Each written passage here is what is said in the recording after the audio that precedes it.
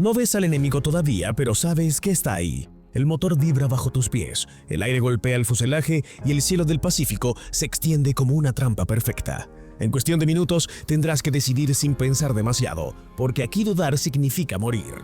No eres un espectador, estás dentro de la cabina, y lo que ocurra a partir de ahora va a marcarte para siempre. Es la mañana del 29 de octubre de 1943. Despiertas en una pequeña choza de madera, en las afueras de un aeródromo perdido en Nueva Guinea. El calor ya aprieta y la humedad se pega a la piel incluso antes del desayuno. Hace apenas unos meses llegaste al frente del Pacífico, y aunque todavía eres nuevo, empiezas a sentirte parte de la guerra de verdad. Aquí las fuerzas aliadas intentan empujar a los japoneses fuera de las islas, pero el avance ha sido lento y costoso. El enemigo sigue fuerte, bien armado y con pilotos experimentados. Eres Christopher Bartlett, segundo teniente y piloto de caza. Hoy vuelas un P-38 Lightning, una máquina que te hace sentir invencible. 2 motores, gran velocidad y potencia suficiente para dominar el cielo, ¿o eso crees? Has oído historias de otros pilotos americanos acumulando victorias, derribando aviones enemigos y regresando como héroes. Dentro de la cabina, esa confianza se siente real. Después del desayuno, llega el briefing. El ambiente cambia al instante. El murmullo se apaga cuando anuncian la misión: escoltar bombarderos rumbo a Rabaul, uno de los bastiones japoneses más fuertemente defendidos del Pacífico. Todos saben lo que significa. Donde van los bombarderos, aparecen los cazas enemigos. Nadie espera un vuelo tranquilo. Horas después, tu Lightning rueda por la pista. Te colocas en el puesto número 2, pegado al ala de tu líder de vuelo, un piloto veterano en quien confías sin cuestionar. Tu tarea es clara: seguirlo de cerca y protegerlo. Te repites la misma idea mientras asciende. No te separes, no te distraigas, no intentes hacer más de lo que te corresponde. A más de 20.000 pies de altura te unes a la formación de bombarderos.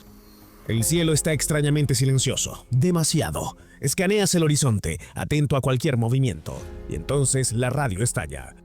Una voz corta la calma con urgencia. Cazas enemigos acercándose.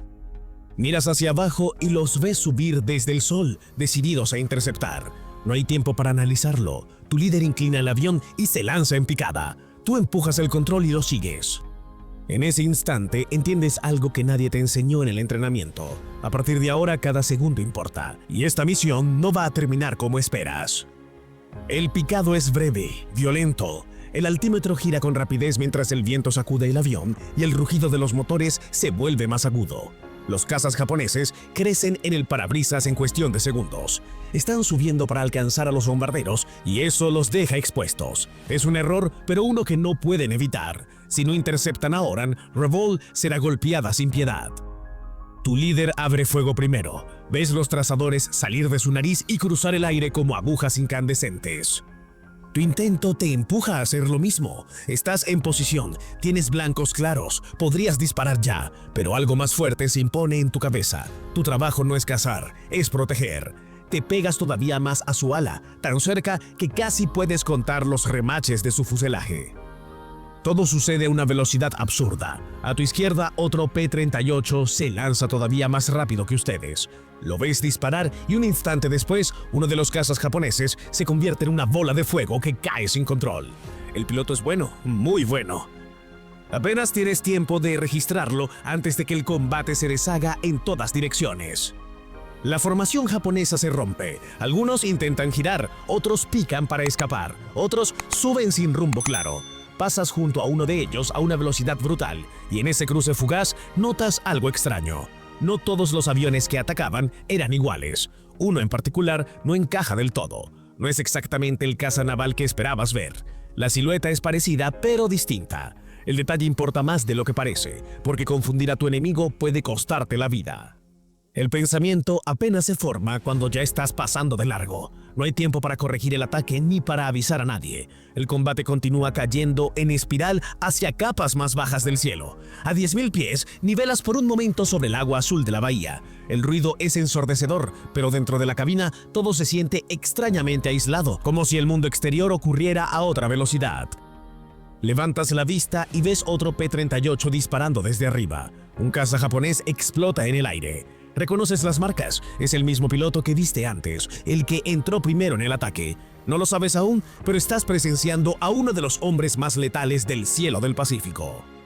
Te distraes apenas un segundo, lo suficiente. En el espejo retrovisor aparece una silueta que no estaba ahí antes. Un monomotor japonés alineado directamente detrás de ti. Está demasiado cerca. No hay advertencia por radio, no hay tiempo para pedir ayuda. Solo una certeza fría que te recorre el cuerpo. Esta vez, el cazado eres tú.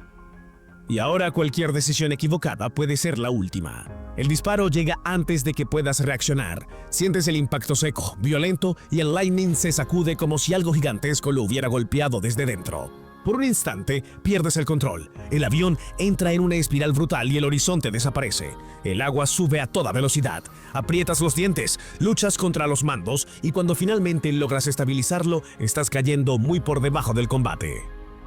El cielo se ha vaciado, ya no hay trazadores ni explosiones alrededor, solo tú, el motor dañado y el sonido irregular que te dice que algo está muy mal. Un motor ha perdido potencia, el otro apenas responde. Intentas llamar por radio, pero solo recibes estática. Estás solo, herido y demasiado cerca del territorio enemigo. A unos 2000 pies, tomas la decisión más difícil de tu vida. Volver directamente a casa es casi imposible. Aterrizar cerca del bastión japonés sería una sentencia de muerte. Así que giras hacia el sur y sigues la costa, manteniéndote lo más bajo posible, esperando no ser visto.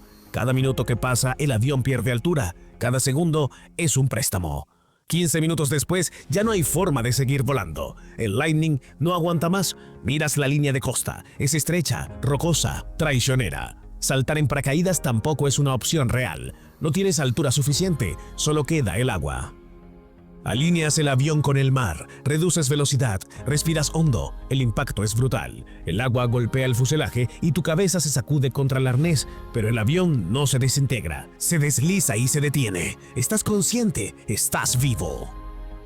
Durante semanas, el mundo cree que has muerto. Tu líder te perdió de vista, tu nombre aparece como desaparecido en combate. Nadie imagina que sobreviviste al amerizaje, que fuiste recogido por isleños locales y escondido lejos de los japoneses. Durante 2 meses esperas rescate, pero nunca llega. Alguien habla de más, un misionero alemán escucha la historia y la entrega al enemigo. Soldados japoneses aparecen en la aldea y te llevan. A partir de ahí, los registros se vuelven borrosos. No hay informes claros, no hay regreso. Cuando la isla es recuperada en 1944, tu hermano, ahora soldado, encuentra los restos de tu avión y la verdad incompleta. Nunca vuelves a casa. Esta no es solo la historia de un combate aéreo. Es la historia de cómo, en cuestión de minutos, una misión rutinaria puede borrar a un hombre del cielo y del mundo. Si historias como esta merecen ser recordadas, acompáñame con un comentario, un like o suscribiéndote, porque mientras sigan contando, ninguno de ellos desaparecerá del todo.